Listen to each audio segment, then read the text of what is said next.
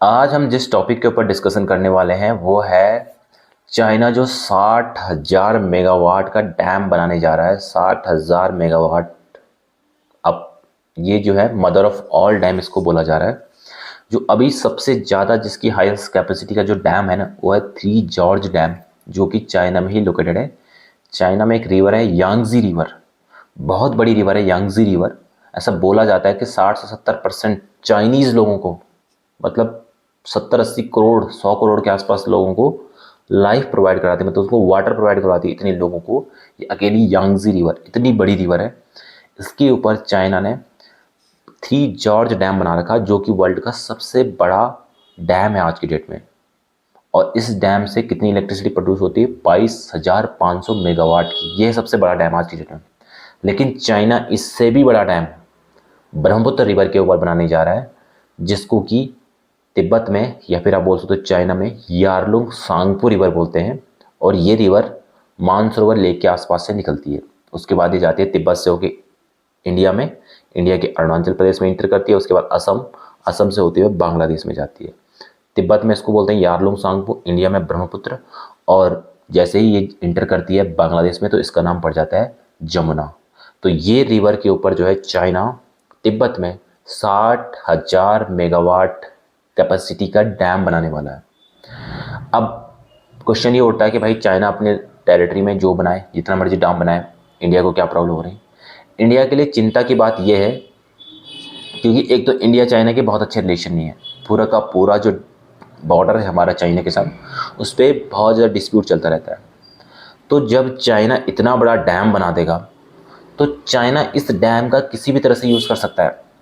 For example, north east में जितना भी पानी आता है वो सब आता है आपके तिब्बत वाली, मतलब चाइना से आता है बेसिकली।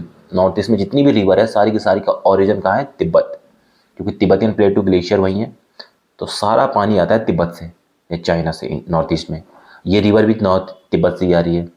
तो अगर इसके ऊपर 60,000 मेगावाट कैपेसिटी का डैम बन जाएगा तो आप इमेजिन कर सकते हो वहाँ से पानी की सप्लाई चाइना कभी भी रोक सकता है।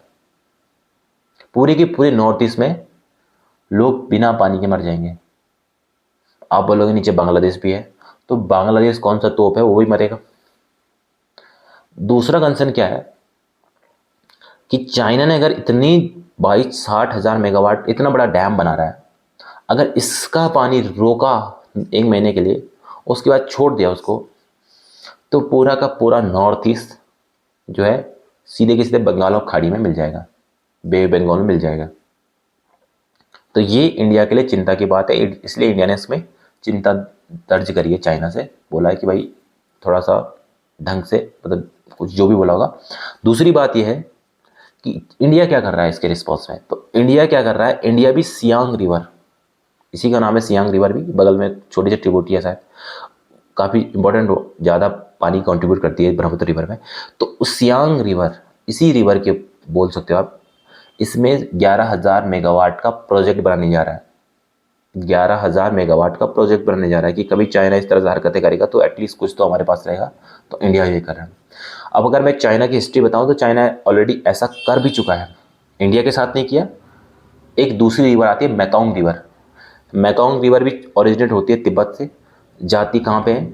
जो साउथ ईस्ट एशियन कंट्रीज़ है, जैसे लाओस, कंबोडिया, वियतनाम, इन कंट्रियों में चाइना से वो मैकोंग रिवर जो है वो पानी सब देती है। तो चाइना ने क्या किया था, 2021 की बात है, चाइना ने 3 हफ्तों के लिए उस रिवर का पानी 50% कम कर दिया था।